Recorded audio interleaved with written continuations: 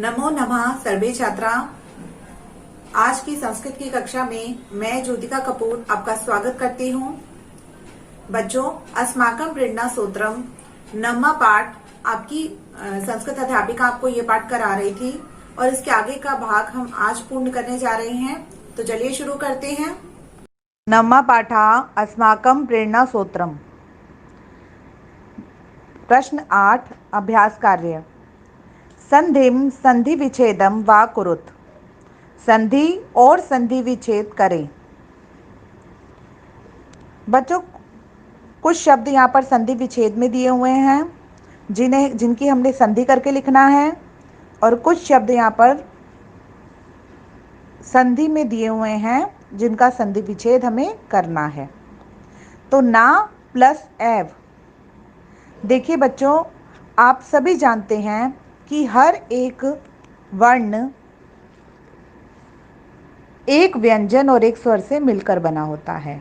जैसे ना है तो ये ना का व्यंजन यानी ना जिसके नीचे हलंत हो जमा छोटा आ से मिलकर के बना है, अर्थात इसके पीछे स्वर है छोटा आ, और एव में छोटी ए स्वर है। तो जब हम अ, छोटा आ और छोटी ए का संयोजन करते हैं तब वो बड़ी ए बन जाता है। तो ये क्या बनेगा? ना जमा एव क्या बन गया? नैव। अगला शब्द देखिए, तस्यैव। तो यहाँ पर पहले वाले ना जमा एव की भांति ही तस्य जमा एव बनेगा, क्योंकि बड़ी ए की मात्रा है तो तस्य में आस्वर्ग आएगा, आस्वर आया, और एव शब्द छोटी ए यहाँ पर लग जाएगी, क्योंकि छोटा आ और छोटी ए मिलकर के बड़ी ए की मात्रा एव बनाते हैं। ठीक है। सा जमा एशा। सा के पीछे बड़े आ की मात्रा है, अर्थात इसका स्वर जो है वो बड़ा आ है, और छोटी ए। बड़ा आ और छोटी ए का जो स्वर है इन दोनों को मिला करके बड़ी ए का संयोजन बनता है। तो ये शब्द क्या बना हमारा? सा जमा एशा, सैशा। इसी की भांति सा जमा एव, बड़ा आ और ए मिलकर के बड़ी ए बना रहे हैं, तो बनेगा शब्द सैव। सदैव में भी सदा जमा एव। ठीक है, क्योंकि बड़ा आ यहाँ पर आया, सदा जमा एव। इस भांति बनेगा अद्यैव, अद्य जमा एव। यहाँ पर स्वर छोटा आ और छोटी ए है, और सदैव में सदा बड़ा आ स्वर और छोटी ए स्वर था। तो बड़ा आ और छोटी ए मिलकर के बड़ी ए की मात्रा यानी बड़ी ए बनाते हैं। उसी प्रकार छोटा आ और छोटी ए मिलकर के स्वर बड़ी ए ही बनाते हैं। ठीक है बच्चों, आइए भाग 9 पर। 9वां प्रश्न है, संस्कृतेन अनुवादम कुरुत। पहला भाग, वह श्लोकों के गायन में निपुण है। वह शब्द जो है कर्ता एक है। ठीक है, सर्वनाम शब्द हम इसके लिए लेंगे सहा। श्लोकों के, तो श्लोकों के लिए लिया जाएगा श्लोक शब्द का षष्ठी भक्ति बहुवचन जो बना श्लोका नाम। गायन में तो गायने सप्तमी भक्ति लगेगी गायन में, क्योंकि गायन में गायने। निपुण है, निपुणम। द्वितीय भक्ति का प्रयोग लगेगा यहाँ पर। है के लिए आप अस्ति शब्द का प्रयोग करेंगे। तो इसका उच्चारण देखिए एक बार, सह श्लोका नाम गायने निपुणम अस्ति। अगला भाग देखिए, ये किसके चित्र हैं? बच्चों, चित्र शब्द जो है नपुंसकलिंग शब्द है, जैसा आप जानते हैं। किसके शब्द भी हम नपुंसकलिंग वाले किम धातु को, किम शब्द रूप को लेंगे। किम शब्द में पुल्लिंग, स्त्रीलिंग और नपुंसकलिंग शब्द रूप अलग अलग आते हैं। तो ये देखना पड़ता है किस शब्द के साथ कि शब्द किस प्रकार का है। चित्र शब्द नपुंसकलिंग है, इसलिए हमने किम के भी नपुंसकलिंग शब्द रूप लेने हैं, जो बनेगा कानी। और चित्र के लिए भी क्या बनेगा? चित्राणी। इसी की भांति ये शब्द भी यानी ईदम शब्द के रूप हमने लिए यहाँ पर, जो कि बनेगा, यहाँ पर भी नपुंसकलिंग शब्द लिए जो बनेंगे एतानी। एतानी कानी चित्राणी, है के लिए आप लोगे संति, क्योंकि बहुत सारे चित्र हैं इसलिए हमने अस धातु का लट लकार का प्रथम पुरुष का बहुवचन लिया जो बनता है संति। इसको इस भांति बोलते हैं अस्ति साहा संति। ठीक है बच्चों, आइए तीसरे भाग पर। तुम्हारा प्रेरणा सूत्र कौन है? तुम्हारा के लिए मैंने युष्म शब्द के रूप का षष्ठी भक्ति लिया जो काके की रा रे री के संबंध में आता है, तो मैंने तव शब्द लिया तुम्हारा के लिए। प्रेरणा सूत्र के लिए प्रेरणा सूत्रम ही लिया।